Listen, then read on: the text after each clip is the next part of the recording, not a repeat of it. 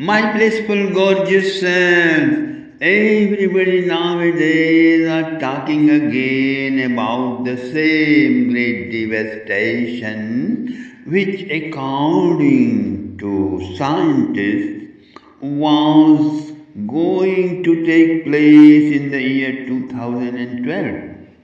Those days, television and talk shows, magazines, and newspapers had been already spent hours and hours to broadcast this message to all over the world.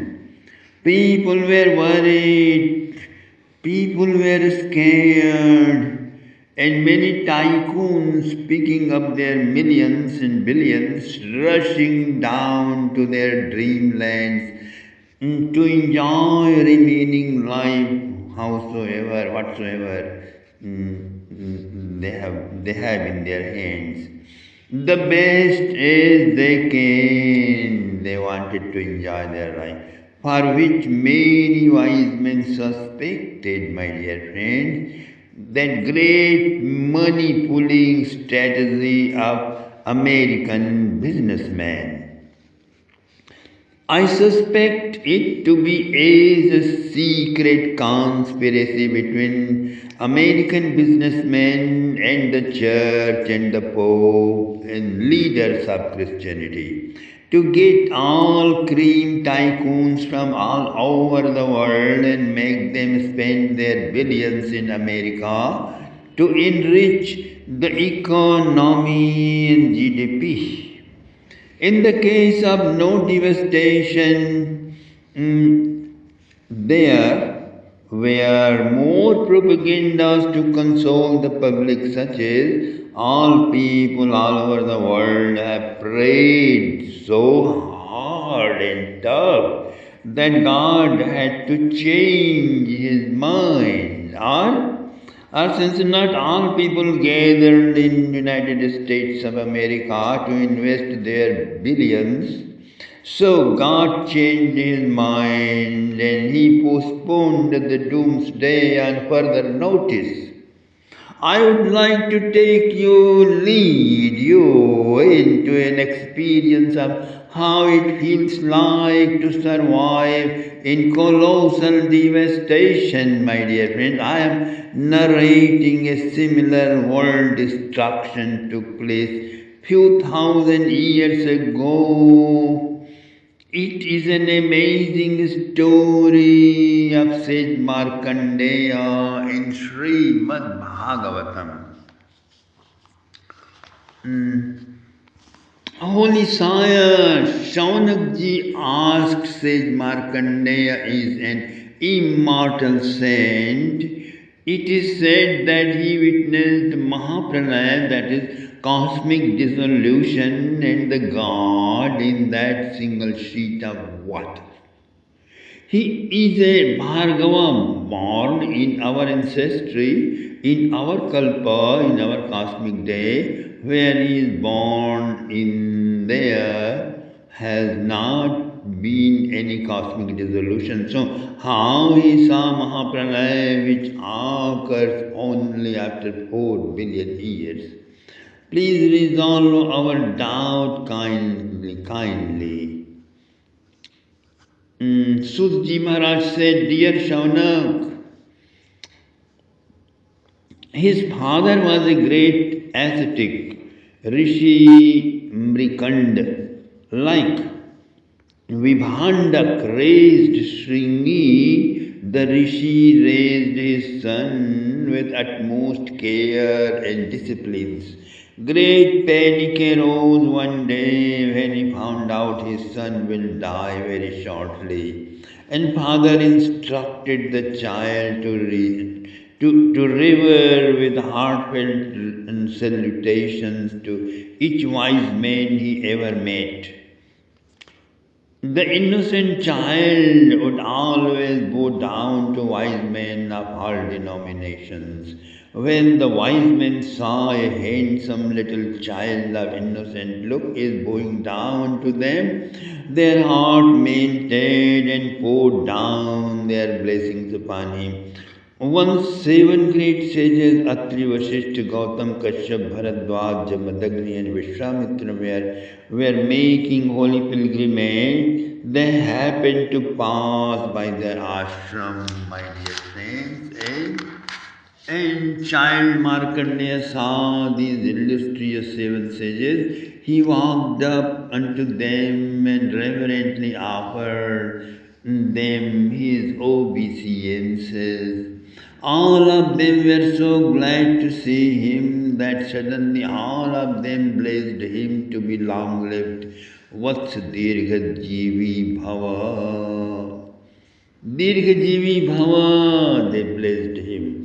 As sage Vasishtha looked at the child's forehead, he was shocked and spoke to other sages, "What a great blunder we have done! Look at his forehead, he is going to die day after tomorrow.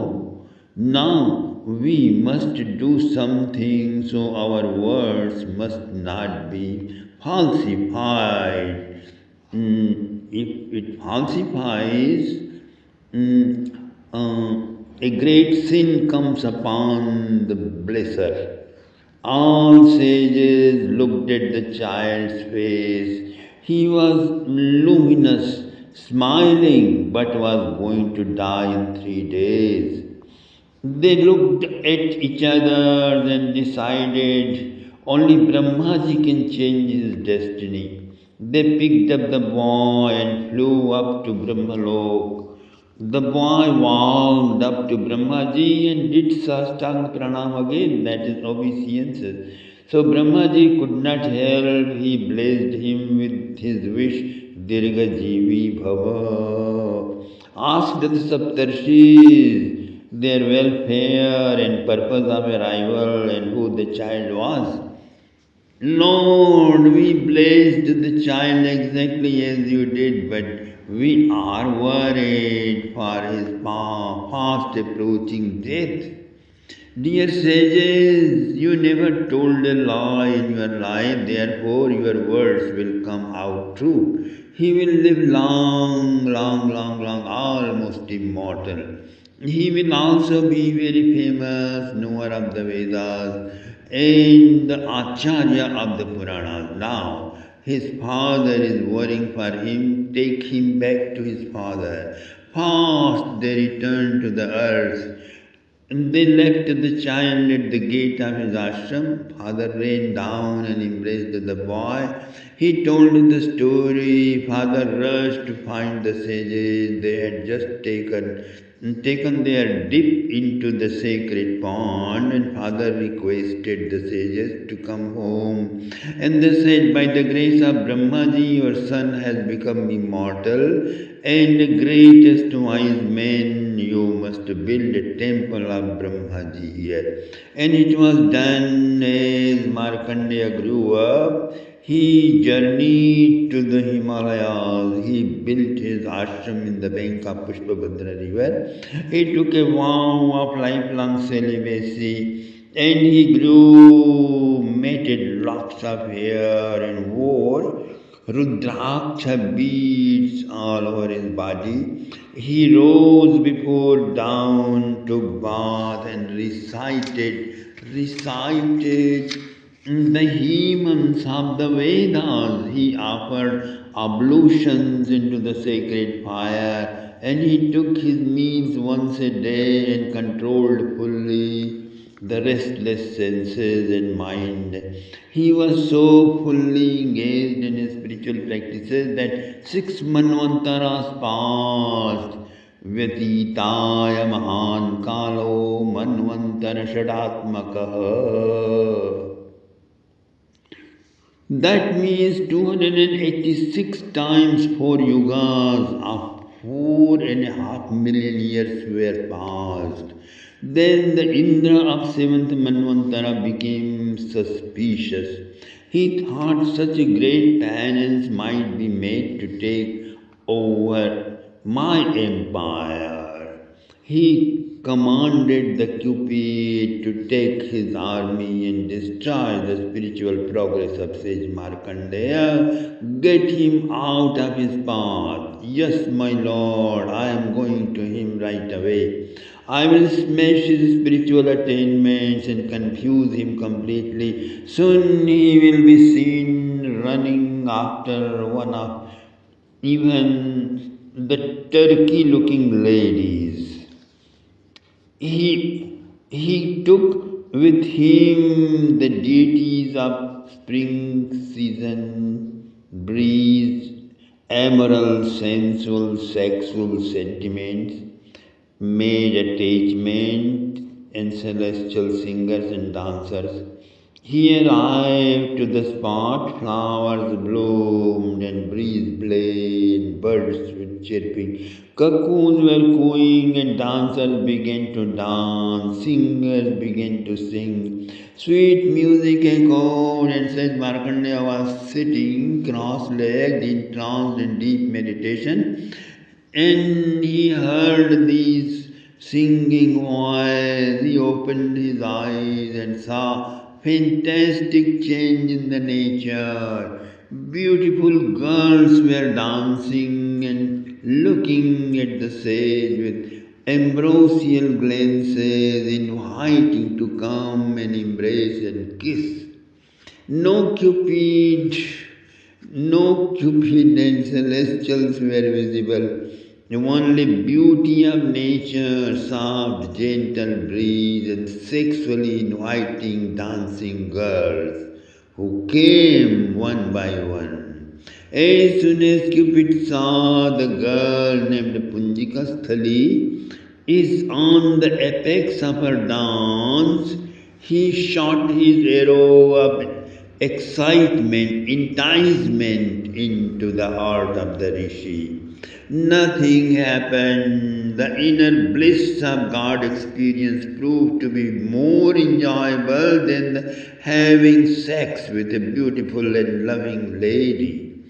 Markandeya looked all around in a single glance and closed his eyes.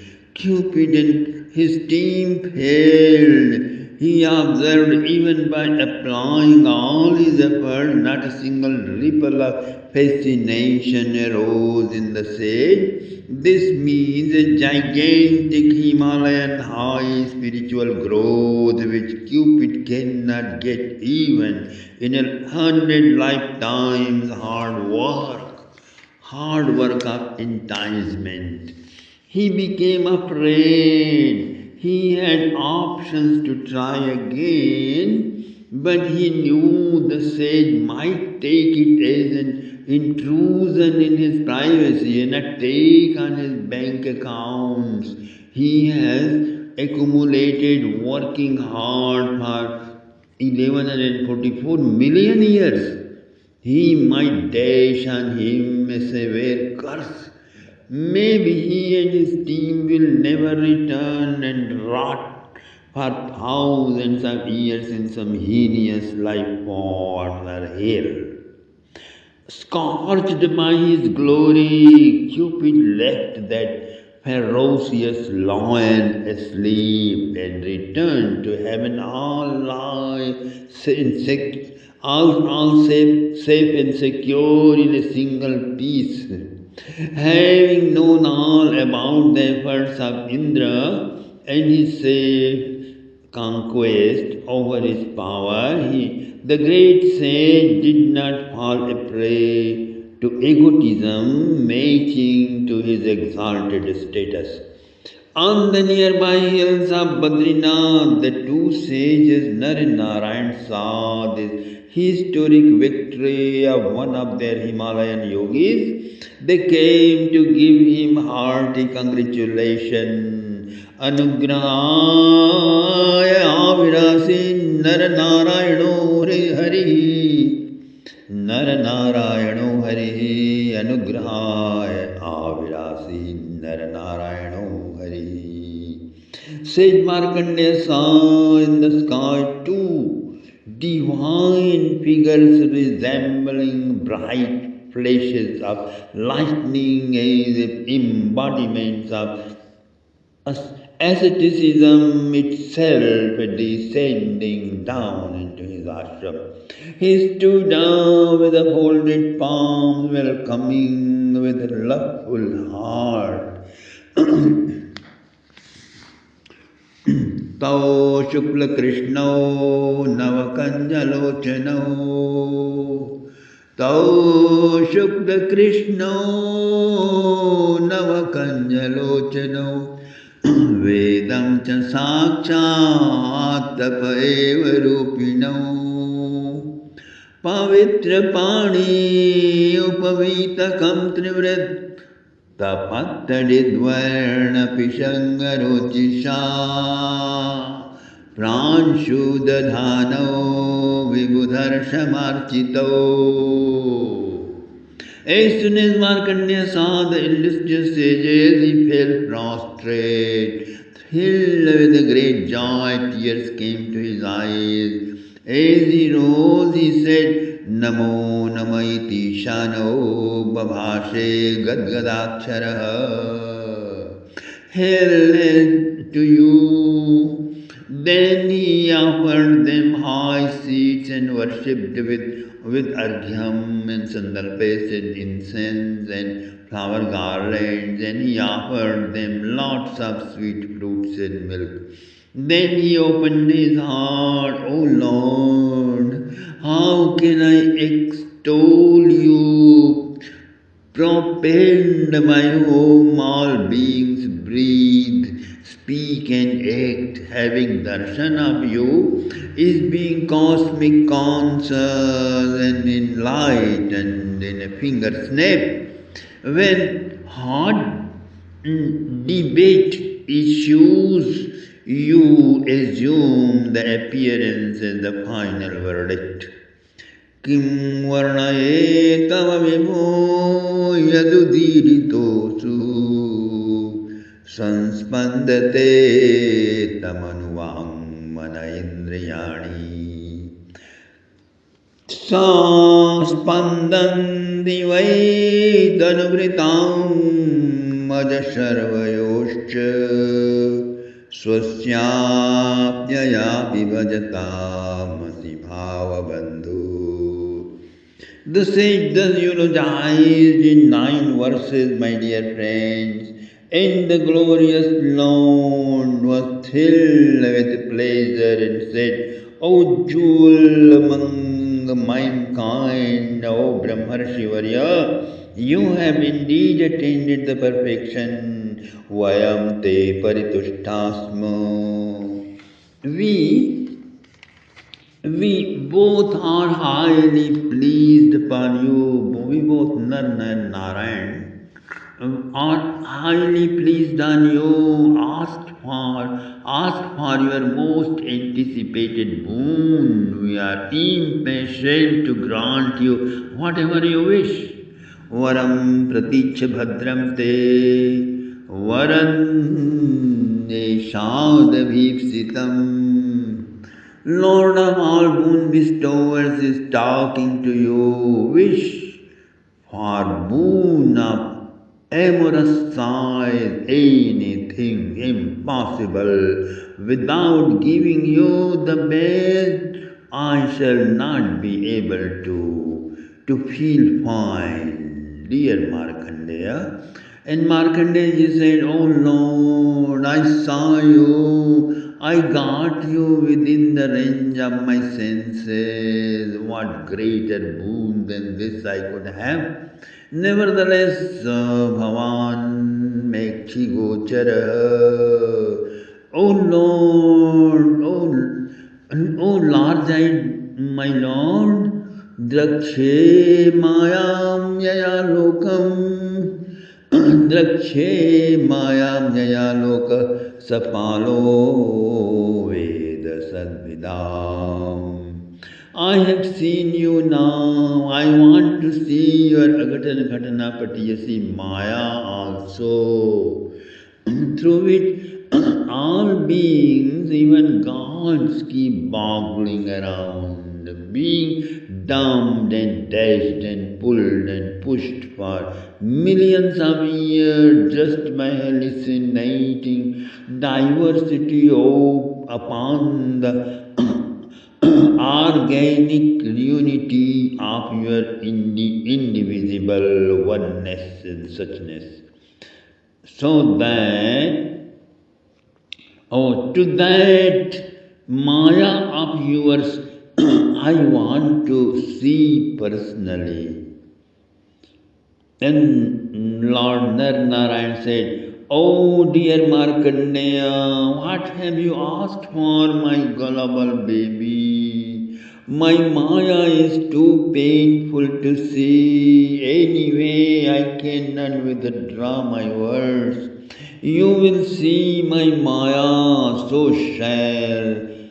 shall it be. Evamastu. Said the Lord and returned to Badrinath. Tatheti smayan pragat badaryaasrabhamishwara. Rishi Markandeya lived on in his hermitage, visualizing Bhagavan Sri Hari in the fire, in the sun, in the moon, in the flow of river, in the height of hills, in the touch of breeze, in the clouds, in the sky, as well as in his own heart. He did mental worship. Sometimes he was so overwhelmed with love, without burst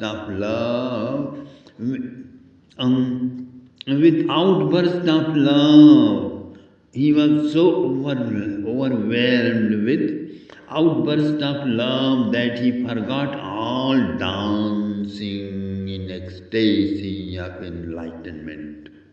ध्यायन् सर्वत्र च हरिं भावद्रव्यैरपूजयात् क्वचित् पूजां विसस्मार प्रेम प्रकरसम्प्लुता.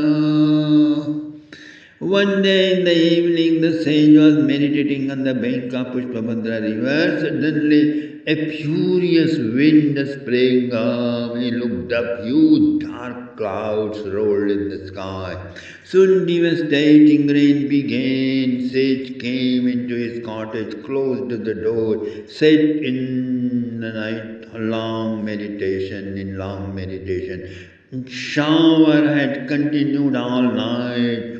After his bath, he worshipped and meditated, and at 8 a.m. he was disturbed by the blast and flashes of lightnings and volleys of rain poured down around as thick as the trunk of a tree. Clouds were rumbling so loudly. Right then the newspaper man came and dropped the daily news. Rishi Markandeya saw the headline, "Last night devastating rain with wind has been so dangerous that the whole of America sank into the ocean. Many pilots grabbed the airplanes and helicopters to take shelter in Europe." The sage immediately turned his television on, and as he opened the news channel, he was shocked with loud cries of people panicking around. Before they could reach to Europe, lo, the whole Middle East, Africa, and Europe sank into the ocean. Off there goes the Polak Pope, dying with hundreds of cardinals and fathers shouting aloud, "Oh God, what you are doing to us? What are you doing?" Eli Eli Lama Sabachthani is being pronounced by every Christian mouth. We are the chosen people of yours. Let us not die like orphans, die like Barabbas. Eli Eli Lama Sabachthani. The whole America has already sunk. Now news channel panicking everywhere, shocked with loud cries of people panicking everywhere. He saw China sinking and he saw Siberia sinking. It became all dying Muslims are crying, Ya Allah, Ya Khuda. This means Muhammad Rasulullah is no more true, no more true. It is this belief was just a fake, a falsity. In vain we kept fighting and killing people for this false propaganda, all life for all these years. In a single day, all the seven continents sank, Siberia also sank at last. India is still left unsung. News broadcasters were shouting and crying as well. All the big political leaders have landed on India. It has been overcrowded. Atlantic and Pacific Oceans have already united. Now Indian Ocean and Antarctica are uniting. By the evening, India will also be submerged into the vast ocean. Water rained non-stop. Next day, with great outcry, India sank into the ocean. Only Himalayan hilltops were visible. Markandeya saw his ashram flown away to the streaming rainwater.